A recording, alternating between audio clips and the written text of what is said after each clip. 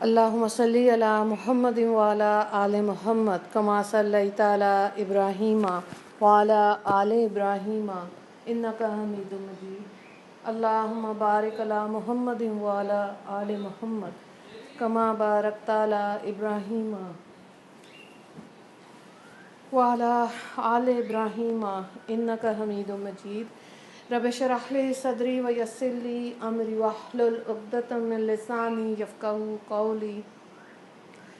ربنا زدنا علما یا مقلب القلوب ثبت قلبی علی دینک، آمین۔ نبی صلی اللہ علیہ وآلہ وسلم کے اخلاق کے بارے میں ہم تھوڑا سا مختصر سا دیکھیں گے۔ حدیث پاک ہے، وقال رسول اللہ صلی اللہ علیہ وسلم المرء مع من احب، یعنی آپ صلی اللہ علیہ وآلہ وسلم نے فرمایا انسان اسی کے ساتھ ہوگا جس کے ساتھ وہ محبت کرتا ہے۔ اللہ تعالیٰ کی نعمتیں بے شمار ہیں، یہاں تک کہ اللہ تعالیٰ نے ارشاد فرمایا کہ اگر تم ان کو گننا چاہو تو گن بھی نہیں سکتے۔ تو ان گنت نعمتیں جو اللہ نے ہمیں عطا فرمائی ہیں، اس کا اللہ تعالیٰ ہم سے اس کا احسان نہیں جتا رہے۔ اللہ نے ہمیں سماعت دی، گویائی دی، عقل کی دولت سے نوازا، اچھی صحت دی، صحت مند اولاد دی، کسی نعمت کو نہیں جتلایا۔ سورج سے روشنی دی، چاند بنایا، دریا چلا دیے، سبزی اناج پیدا کیے، پرندے ہمارے لیے پیدا کیے، زمین کو فرش بنایا، آسمان کو ہمارے لیے چھت بنایا۔ اتنی بڑی نعمتیں عطا کی، لیکن اللہ نے احسان نہیں جتلایا۔ ایک نعمت ایسی ہے کہ جب پروردگار نے عطا کی تو دے کر اللہ رب العزت کو مزہ آیا، اور اللہ تعالیٰ نے احسان بھی جتلایا۔ فرمایا کہ تحقیق اللہ نے ایمان والوں پر احسان فرمایا، ان میں اپنے رسول کو مبعوث فرمایا۔ تو نبی پاک صلی اللہ علیہ وآلہ وسلم کے دنیا میں تشریف لانے پر اللہ تعالیٰ نے احسان جتلایا۔ یہ وہ نعمت ہے کہ ایسی کوئی دوسری نعمت ہو نہیں سکتی، اگر ہم ساری عمر بھی شکر ادا کریں تو ادا نہیں کر سکتے۔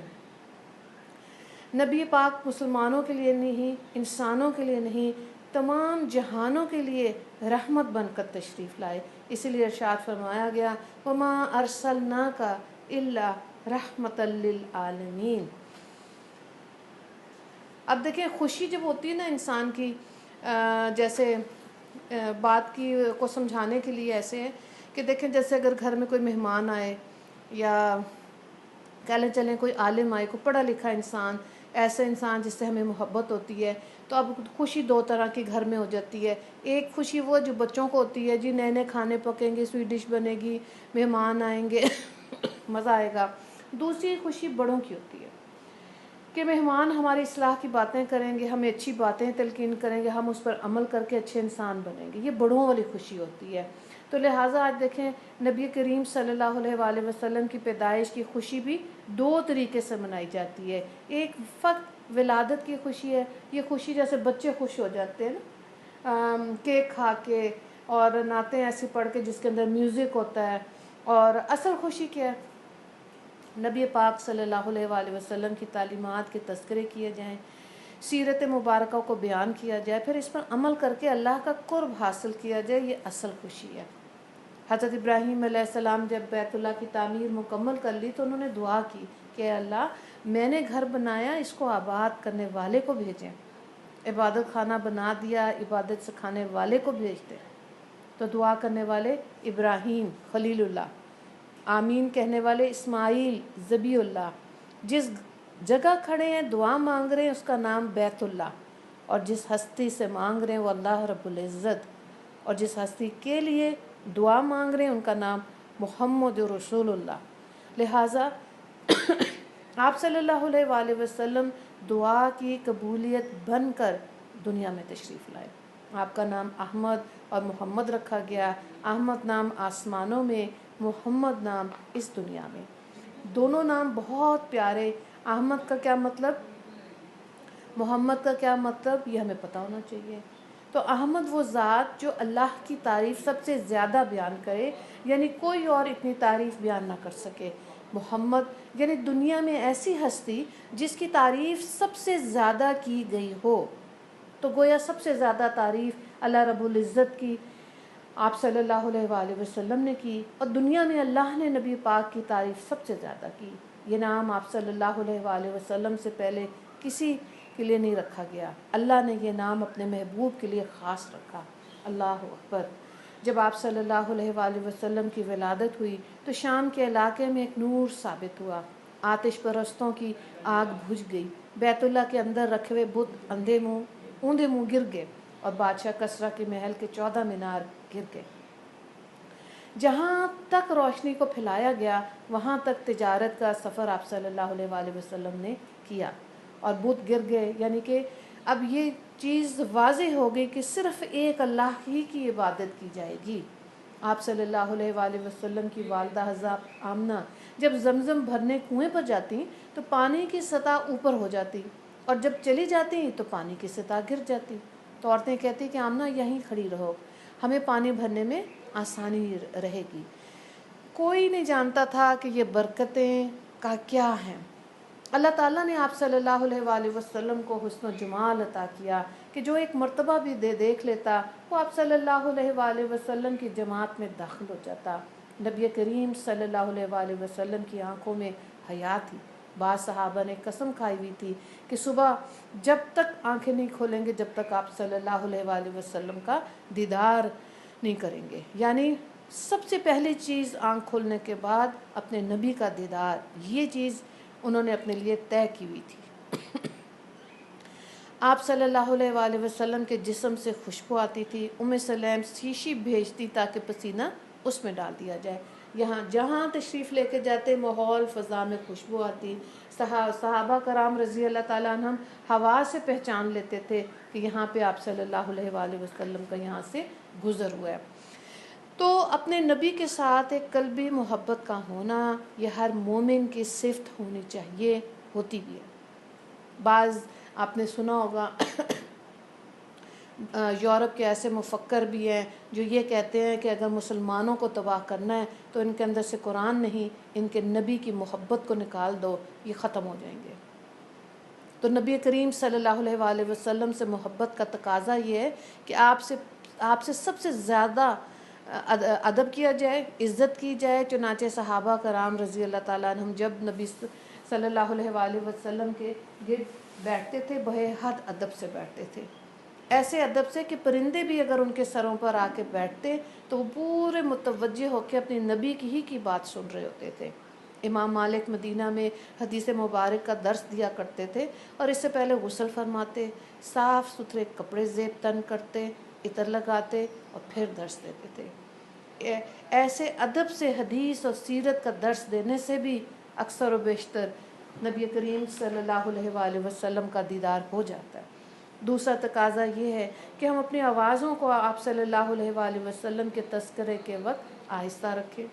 قرآن پاک میں ہے، اور آپ میں سے جو لوگ حج عمرے پہ گئے انہوں نے دیکھا ہوگا کہ مسجد النبوی پہ بھی وہاں کے ستونوں پر بھی یہ آیت لکھی ہوئی ہے، لا ترفعوا اصواتکم فوق صوت النبی، یعنی کہ ادب کا خیال رکھا جائے۔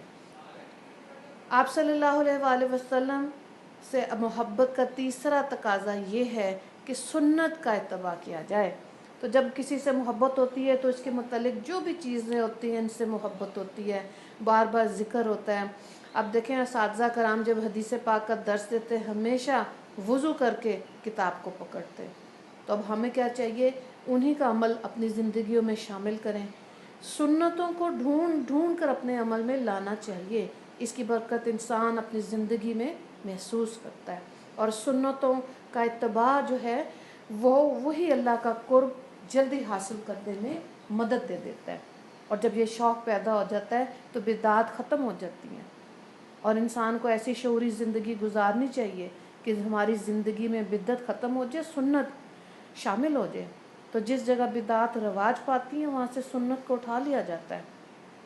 صحابہ کرام کو آپ صلی اللہ علیہ وآلہ وسلم کی صحبت میسر آئی، اور اسی صحبت سے وہ صحابی بن گئے۔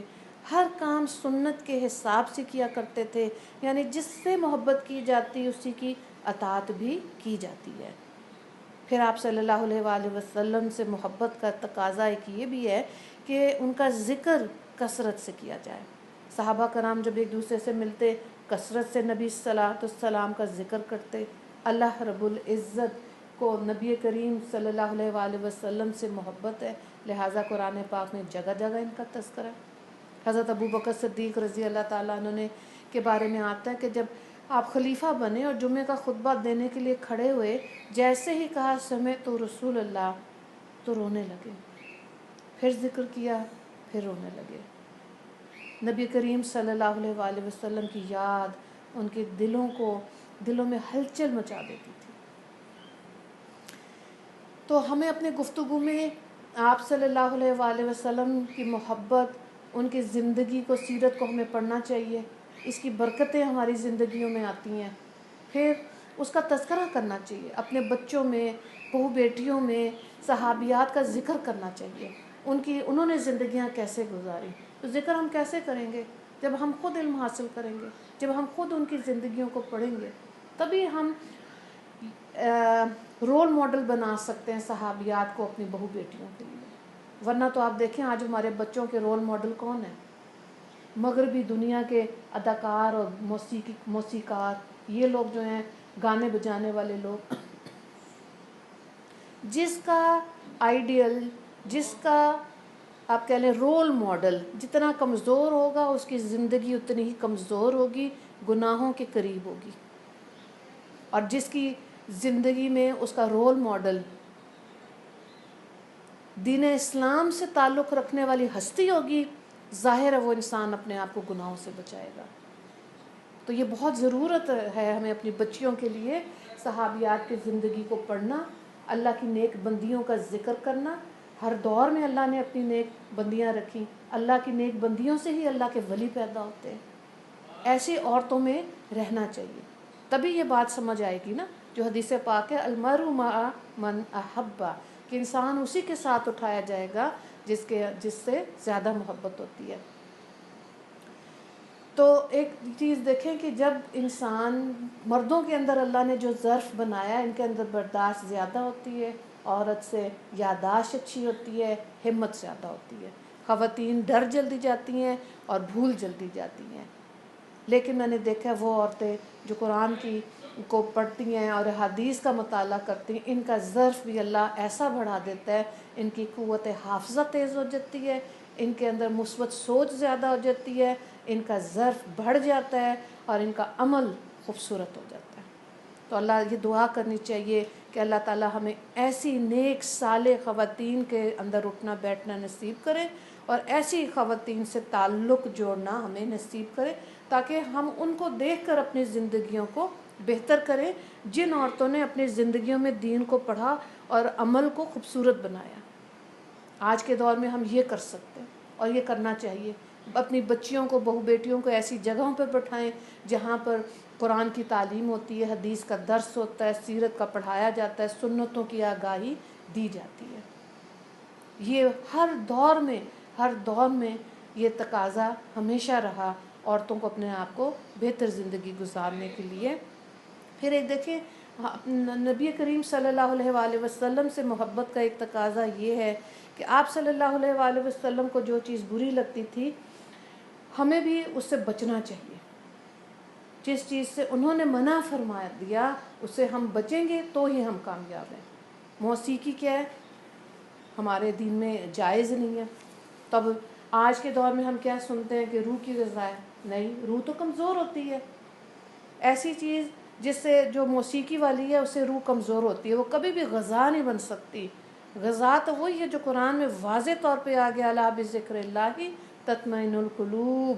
اللہ کے ذکر سے ہی انسان کی روحوں کو سکون ملتا ہے، انسان کے دلوں کو سکون ملتا ہے.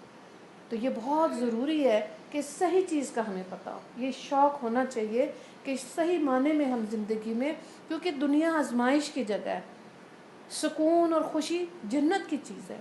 تو دنیا میں سکون کیسے آئے گا جب وہ جو سلیبس اللہ نے اس امت کے لیے بھیجا ہے، قرآن، اس کو پڑھنا چاہیے. تو آپ صلی اللہ علیہ وآلہ وسلم سے محبت کا 5واں تقاضا یہ ہے کہ جو کتاب وحی کی صورت میں آپ صلی اللہ علیہ وآلہ وسلم کے دل پر نازل ہوئی اس کو سمجھا جائے اور شریعت پر عمل کی کوشش کی جائے. قرآن پاک کے بہت سے الفاظ ایسے ہیں جو بار بار آئے، جیسے کل 430 مرتبہ آیا، یا ایھا الذین آمنوا 66 مرتبہ آیا۔ ان الفاظ کے بعد نئے الفاظ جو ہیں ان کو دیکھیں وہ 2000 ہیں، جن میں سے 500 الفاظ علماء کرام ہماری رہنمائی کرتے ہیں کہ بتاتے ہیں کہ ایسے الفاظ ہیں جو اردو سے ملتے جلتے ہیں، جیسے قلم، کرسی، انسان، حیوان وغیرہ۔ اب ان 500 الفاظ کے بعد 1500 الفاظ وہ ہیں جو کہ نئے ہیں، سیکھنے والے ہیں۔ تو کیا ایک سال میں یہ محنت نہیں کی جا سکتی؟ جو ہمارے پاس عمر ہے 40-50 سال، ایوریج ایج اس امت کی یہی نکلتی ہے 50-60۔ 50 کے بعد تو ویسے ہی جسم میں اتنی نکاہت ہو جاتی ہے کہ ہم دوسروں پہ ڈپینڈ کرنا شروع کر دیتے ہیں۔ بیٹے گلاس پانی کا پکڑاؤ، دوائیاں لے آؤ، ہمارا یہ کام کر دو، اچھا لگتا ہے۔ تو جب ہمت، صحت، تندرستی ہے تو کیا ہم ایک سال قرآن کو نہیں دے سکتے؟ جو 23 سال میں نازل ہوا، کیا اس کو 2 سال نہیں دے سکتے؟ 3 سال نہیں، چلیں 3 سال کریں آپ۔ 23 سال میں جو قرآن نازل ہوا، کیا اپنی زندگی کا ٹوٹل 3 سال نہیں دے سکتے؟ دینا چاہیے۔ یہودیوں میں آج بھی ہے، وہ تورات کی تعلیم اپنے بچوں کو پہلے دیتے ہیں، اس کے بعد وہ اسکول میں ان کا ایڈمیشن کرواتے ہیں۔ تو ان کو ان کا زندگی کا راستہ جو ان کے بڑوں نے سکھایا ان کو پتہ ہے۔ تو یہ بہت ضروری ہے، اور الحمدللہ اسلام پھیل رہا ہے، اللہ کا شکر ہے۔ کیوں؟ لوگوں میں فطرت سے، کیونکہ روح جو ہے ہر انسان کی فطرت کے قریب ہے۔ تو جب انسان فطرت سے قریب تر ہونے کی کوشش کرتا ہے تو وہ دین اسلام کو ضرور پڑھتا ہے، قرآن کو ضرور پڑھتا ہے، اور پھر اپنی حقیقت اور زندگی کا مقصد پا جاتا ہے جو چاہتا ہے۔ حدیث پاک کا مفہوم ہے، حضرت عائشہ رضی اللہ تعالیٰ عنہ سے روایت ہے کہ نبی کریم صلی اللہ علیہ وآلہ وسلم کا خلق قرآن ہے، یعنی جو احکامات قرآن پاک میں ہیں اس پر عمل کر کے آپ صلی اللہ علیہ وآلہ وسلم نے دکھایا۔ کوئی یہ بھی نہیں کہہ سکتا کہ قرآن نازل ہوا تو اتنا مشکل ہے کہ اس پہ عمل کرنا مشکل ہے، نہیں۔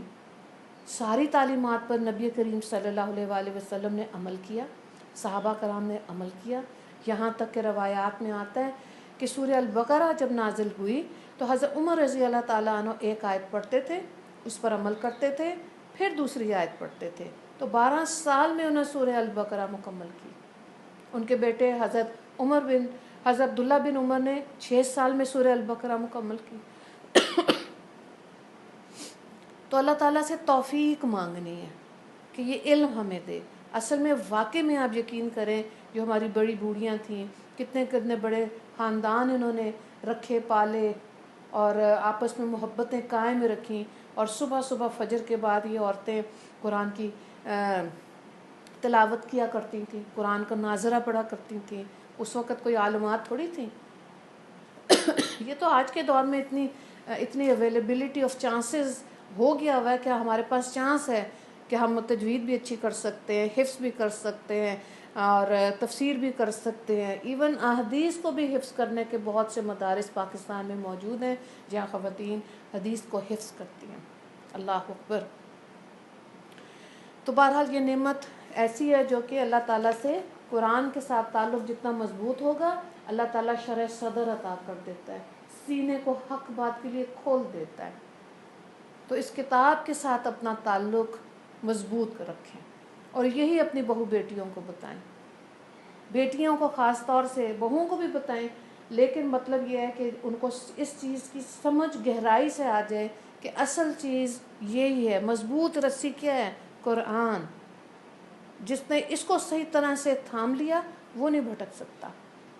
اور کتنی خوش قسمت ہیں وہ نسلیں جو ایسی عورتوں سے پھر پیدا ہوتی ہیں جن کا تعلق قرآن سے، جو حافظہ ہوتی ہیں، جو معلمہ ہوتی ہیں، جو قاریہ ہوتی ہیں، جو عالمہ ہوتی ہیں۔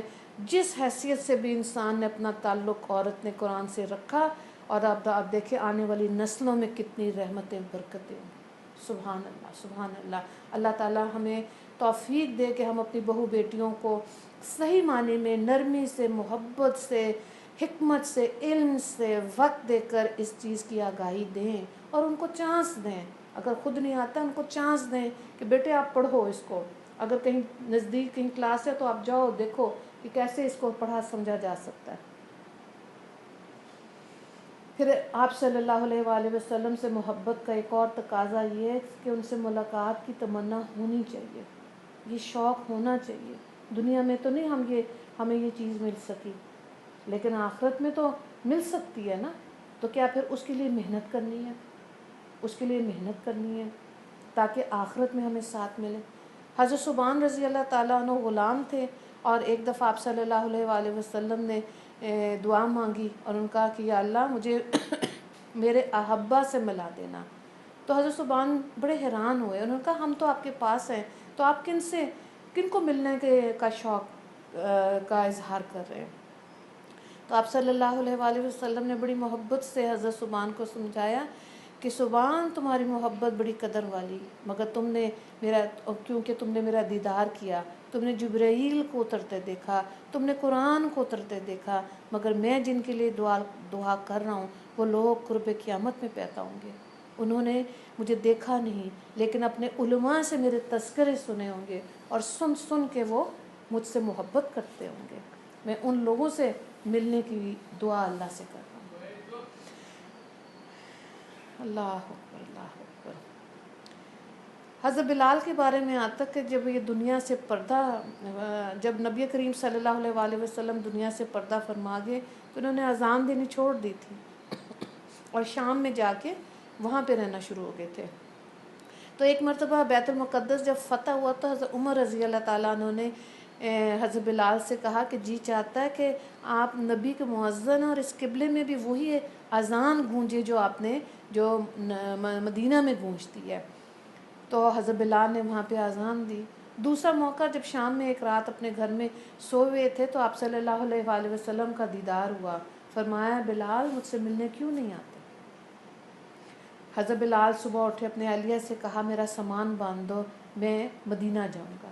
مدینہ منورہ کے لیے روانہ ہوئے، مسجد نبوی میں داخل ہوئے، سلام پڑھا، نماز کا وقت ہو گیا، صحابہ نے کہا اذان دے۔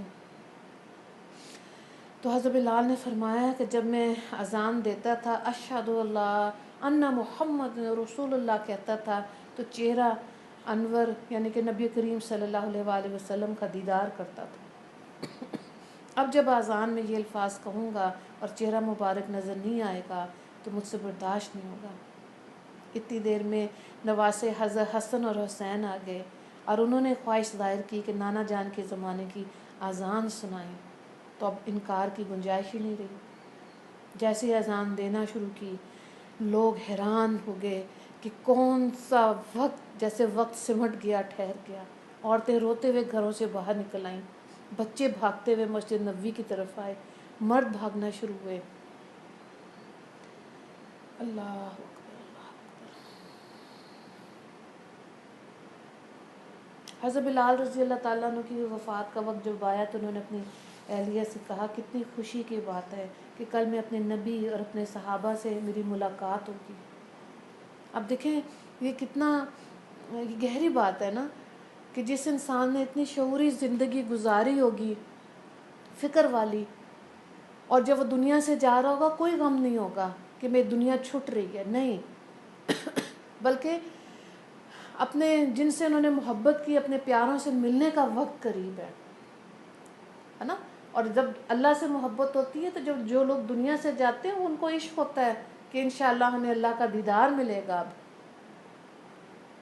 ایسی سوچ اور وسعت آ جاتی ہے زندگی میں جب انسان بدعات سے بچتا ہے اور صحیح عقیدے کے ساتھ زندگی گزارتا ہے تو اللہ وہ محبتیں اور ایسی سوچیں عطا فرما دیتا ہے انسان کو، اور ایسی سوچیں کیا ٹھنڈ ڈال دیتی ہیں انسان کو، خوشی دیتی ہیں۔ ایسا انسان موت سے نہیں گھبراتا۔ اللہ اکبر۔ آپ صلی اللہ علیہ وآلہ وسلم سے محبت کا تقاضا یہ بھی ہے کہ ان پر زیادہ سے زیادہ درود پاک پڑھا جائے۔ ایک دفعہ سید القریٰ ابن کعب رضی اللہ تعالیٰ عنہ نبی کریم صلی اللہ علیہ وآلہ وسلم کی خدمت میں حاضر ہوئے، کہا کہ میں اپنے وقت کا تیسرا حصہ درود شریف پڑھنے میں لگا دوں، تو آپ صلی اللہ علیہ وآلہ وسلم نے فرمایا زیادہ پڑھو، زیادہ فائدہ ہوگا۔ پھر پوچھا ہے اللہ کے حبیب 2/3 حصہ درود پاک پڑھا کروں؟ فرمایا زیادہ پڑھو گے زیادہ نفع ہوگا۔ تو وہ صحابی فرمانے لگے پورا وقت ہی آپ پر درود پاک پڑھوں گا۔ آپ صلی اللہ علیہ وآلہ وسلم نے فرمایا اللہ تعالیٰ تمہارے تمام غموں کو ختم کر دیں گے، سب گناہوں کو معاف کر دیں گے۔ حضرت ابو ہریرہ رضی اللہ تعالیٰ عنہ سے روایت ہے، آپ صلی اللہ علیہ وآلہ وسلم نے فرمایا من نسی الصلاۃ علیہ، جو مجھ پر درود پڑھنا بھول گیا، نسی طریق الجنہ، وہ جنت کا راستہ بھول گیا۔ تو درود پاک پڑھنے کے اہم موقع کون کون سے ہیں؟ جب گھر کے اندر داخل ہو، گھر سے باہر نکلے تو گھر داخل ہونے والی دعا بھی پڑھے، درود شریف بھی پڑھے۔ مسجد میں داخل ہو، مسجد سے نکلے تب بھی پڑھنا چاہیے۔ اور اتحیات کے بعد تشہد میں ہم اس کے بعد درود شریف پڑھتے ہیں۔ بازار میں داخل ہوتے وقت، کیونکہ بازار اور بیت الخلاء یہ دو جگہیں ایسی ہیں حدیث پاک میں کہ یہاں شیاطین ہوتے ہیں۔ جب انسان اپنی حفاظت کی دعا اور درود پاک پڑھے گا تو آپ یقین کریں گے، تو آزمائی ہوئی بات ہے کہ جب درود پڑھتے جاتے ہیں نا بازار میں چیزیں بھی اچھی مل جاتی ہیں اور مناسب قیمت میں بھی مل جاتی ہیں، وقت بھی بچ جاتا ہے۔ یہ نہیں کہ مارے مارے بازاروں میں پھرتے ہی رہو، بالکل آزمائی ہوئی بات ہے۔ جب کوئی انسان چیز بھول جاتا ہے تب بھی درود شریف پڑھنا چاہیے، جب انسان پر تنگ دستی کا وقت ہوتا ہے تب بھی درود پاک پڑھنا چاہیے۔ دو مسلمان آپس میں ملیں درود شریف پڑھیں، اور کوئی چیز بھول جائیں تو وہ درود شریف زیادہ پڑھنا چاہیے، یاد آ جاتا ہے۔ گاڑی میں بیٹھے راستہ بھول گئے، اب تو اتنی چیزیں نکل آئی نا، لیکن جیسے درود پاک پڑھتے ہیں راستے آسان ہو جاتے ہیں۔ فائدے کیا ہیں؟ درود پاک پڑھنے سے انسان کا دل زندہ ہوتا ہے، اللہ ہدایت دیتا ہے، نبی سے محبت میں اضافہ ہوتا ہے۔ زیادہ پڑھنے سے قیامت کے دن اللہ کا قرب حاصل ہوگا، دنیا کی پریشانیاں ختم ہوتی ہیں، دعا کی قبولیت کا سبب ہے۔ جو دعا درود شریف اول آخر پڑھ کے مانگی جاتی ہے 100% ہے کہ وہ دعا قبول ہوتی ہے۔ دعائیں ساری قبول ہوتی ہیں، لیکن درود پاک کو اللہ تعالیٰ نے قبول کیا۔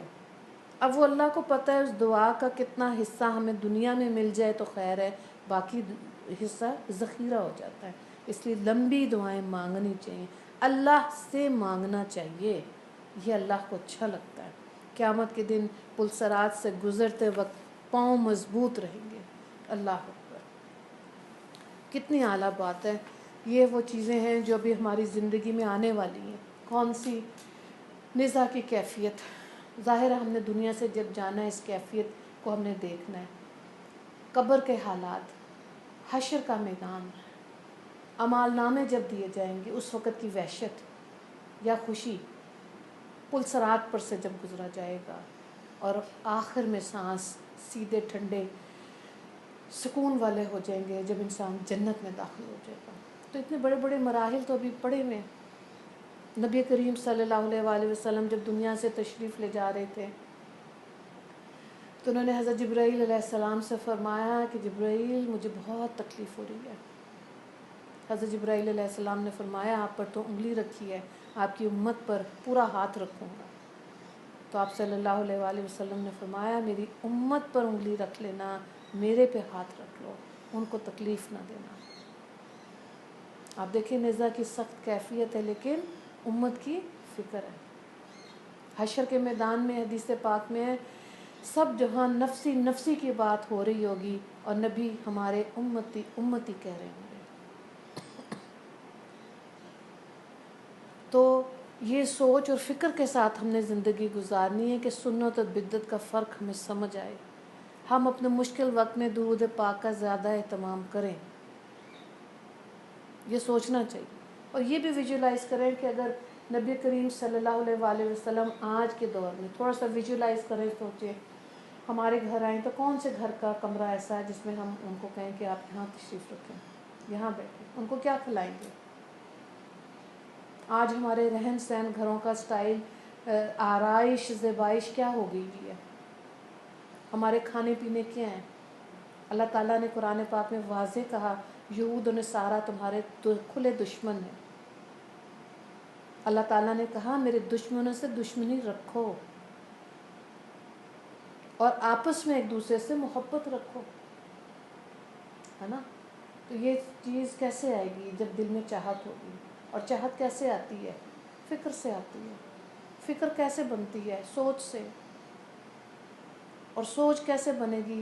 جب ہم دین کا علم حاصل کریں گے، جب ہم مثبت سوچ رکھنے والے لوگوں کی صحبت میں بیٹھیں گے، مثبت چیزیں سنیں گے، تبھی ایسی سوچ فکر بنے گی نا، پھر ہی انسان آخرت کی تیاری کرتا ہے۔ اور وہ لوگ جو آخرت کو زیادہ سوچتے ہیں، ان کے اندر تقوی اور ایمان زیادہ ہوتا ہے، کیونکہ یہ لوگ پھر چھپ کر بھی گناہ نہیں کرتے، کیونکہ ان کو پتہ ہے کوئی ہے ذات جو دیکھ رہی ہے۔ تو جو ذات دیکھ رہی ہے اس سے چھپ کر تو گناہ نہیں کیا جا سکتا۔ ایسے لوگ پھر اپنے آپ کو گناہوں سے بچاتے ہیں۔ اور جو لوگ دنیا میں اپنی من پسند زندگی گزارتے ہیں، آخرت کا سوچنے کو تیار ہی نہیں ہے، وہ بے خوف ہو کے دنیا کے لطف اور مزے میں گم ہے۔ تو یہ دنیا جو ہے کڑوی ہے، یہ دنیا جو ہے آزمائش کی جگہ ہے، یہ مزے نہیں ہیں۔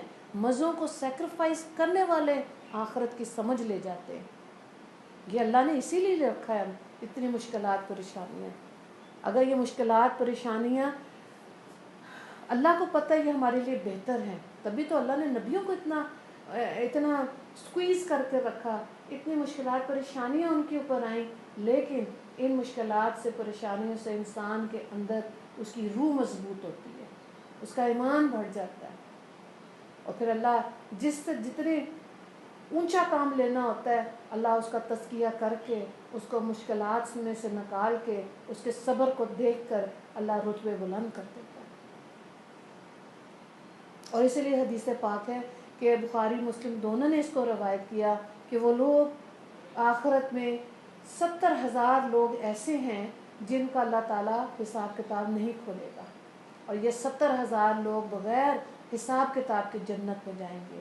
کون لوگ؟ صابرین۔ اللہ نے جو مشکلات پریشانیاں ان کو دنیا میں دی، اس پہ صبر کرنے والے لوگ، اللہ ان کا حساب نہیں کھولے گا۔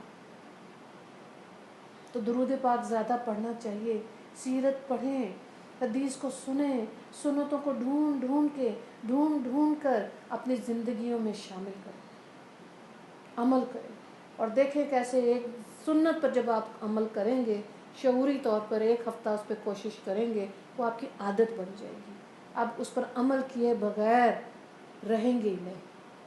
ایسا لطف ہے، ایسا مزہ ہے۔ تو اللہ سے اتنا کچھ تو دنیا سے آپ کے لیے مانگتے ہیں، آخرت کے لیے بھی مانگے اور دنیا کے لیے سنتوں پر عمل کرنا مانگے، اس سے آسانیاں ملیں گی۔ تو اللہ تعالیٰ ہمارے اندر صحیح فہم و فراست اللہ تعالیٰ ہمیں یہ عطا فرمائے، اللہ ہمیں علم کے ساتھ حکمت عطا فرمائے۔ وآخر دعوانا ان الحمد للہ رب العالمین۔ دعا کر لیتے ہیں۔ اللہم صلی علی محمد وعلی آل محمد کما صلیت علی ابراہیم وعلی آل ابراہیم انک حمید مجید۔ اللہم بارک علی محمد وعلی آل محمد کما بارکت علی ابراہیم وعلی آل ابراہیم انک حمید مجید۔ یا اول الاولین و یا آخر الآخرین و یا ذی القوة المتین و یا راحم المساکین و یا ارحم الراحمین۔ ربنا ظلمنا انفسنا وان لم تغفر لنا وترحمنا لنکونن من الخاسرین۔ ربنا هب لنا من ازواجنا وذریاتنا قرۃ اعین واجعلنا للمتقین اماما۔ اللہم اغفر للمسلمین والمسلمات والمؤمنین والمؤمنات۔ یا اللہ اپنے فضل و رحمت کے دروازے ہم سب کو کھول دے میرے مالک۔ یا اللہ ہمیں سنت اور بدعت کا فرق سمجھا دیجیے۔ اللہ سنتوں پر عمل کرنا ہمارے لیے آسان فرما دیجیے۔ سیرت کو پڑھنے کی توفیق عطا فرما، قرآن کے ساتھ حدیث کو پڑھنے کی توفیق عطا فرما۔ اللہ ہماری بہو بیٹیوں کو، آنے والی نسلوں میں بچیوں کو نسبت حضرت عائشہ سے مضبوط کر دیجیے۔ اللہ ان کے علم میں سے ہمیں بھی حصہ عطا فرما دیجیے۔ اللہ ہمیں بھی توفیق عطا فرما، دین کا پڑھ کر سمجھ کر عمل کرنے کی، اور پھر عمل کے ساتھ اس کو پھیلانے کی توفیق عطا فرما۔ یا اللہ یہ نعمت اس امت کی عورتوں کو عطا فرما دیجیے۔ یا اللہ ہمیں نیک صالح عورتوں میں بیٹھنے کی توفیق عطا فرما، اچھی محفلوں کی توفیق عطا فرما۔ اللہ ہمیں تمام جسمانی روحانی اخلاقی بیماریوں سے شفا عطا فرما۔ اللہ ہمیں علم اور حکمت عطا فرما۔ یا اللہ ہمیں شرح صدر عطا فرما، ہمارے سینے کو حق بات کے لیے، دین اسلام کے لیے کھول دیجیے۔ میرے مالک، جتنی دعائیں نبی کریم صلی اللہ علیہ وآلہ وسلم نے اس امت کے لیے مانگی، ہمارا حصہ بھی ان دعاؤں میں رکھ دیجیے۔ جتنی گناہوں سے اور شرور سے آپ صلی اللہ علیہ وآلہ وسلم نے پناہ مانگی، میرے مالک ہماری بھی حفاظت فرما دیجیے، حاسدین کے حسد سے، جادو ٹونے سے، بری محفلوں سے، برائی سے، میرے مالک ہماری حفاظت فرما دیجیے۔ اللہ آسانی عطا فرما۔ اللہ جتنی بھی اس امت کی پوری دنیا میں جہاں کہیں امت مسلمہ ہے، جن جن کے نکاح ہوئے، اللہ سب بے اولادوں کو اولاد عطا فرما۔ اللہ اولاد عطا فرما، یا اللہ سب کو نیک صالح اولاد عطا فرما دیجیے۔ میرے مالک، نبی کریم صلی اللہ علیہ وآلہ وسلم کو شوق تھا کہ ان کی امت زیادہ ہو، اللہ اس امت کو بڑھا دیجیے، اللہ اس امت کو بڑھا دیجیے۔ اللہ جن کے پاس اولاد نرینہ نہیں ہے، ان کو نیک صالح اولاد عطا فرما۔ اللہ نیک روحوں کو بھیج دیجیے، اللہ نیک روحوں سے جو دنیا میں آئیں، اللہ اس امت سے چن چن کے جن کے اندر رائی کے دانے کے برابر ایمان ہے، علم ہے، جو شوق رکھتی ہیں، اللہ ان کو عطا فرما، ان میں اضافہ فرما، ان کی حیا میں، علم میں، وقت میں اضافہ فرما دیجیے۔ یا اللہ ہماری بہو بیٹیوں کو، ہمیں آنے والی نسلوں کو، میں بچیوں کو حیا والا بنانا، حضرت فاطمہ جیسے حیا عطا فرما۔ اللہ ہمیں برکتوں والا رزق عطا فرما، ہمارے مردوں کو رزق حلال کمانے کی توفیق عطا فرما، ہم سب کو رزق حلال کھانے کی توفیق عطا فرما۔